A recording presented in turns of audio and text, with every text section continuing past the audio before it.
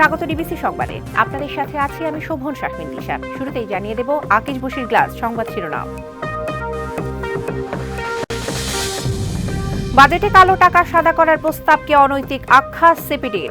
জুলাই আন্দোলনের চেতনার সাথে সাংঘর্ষিক হওয়ায় সমর্থনযোগ্য নয়।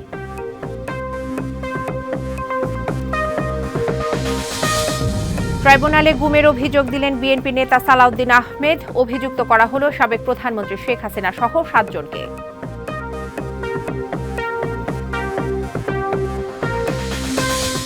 নির্বাচন আয়োজনের সময়সীমা বেঁধে দেয়া হবে না। ফেব্রুয়ারির মাঝামাঝি থেকে এপ্রিলের মধ্যে ভোটের উপযুক্ত সময় মনে করে জামায়াতে ইসলামী।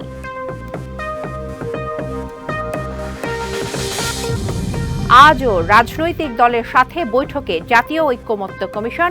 একমত হওয়ার বিষয় নিয়ে হবে জুলাই সনদ, জানালেন আলী রিয়াজ। নগর ভবনে তালা দিয়ে আজও ইশরাক হোসেনের সমর্থকদের বিক্ষোভ। মেয়র হিসেবে শপথ না করানো পর্যন্ত চলবে আন্দোলন।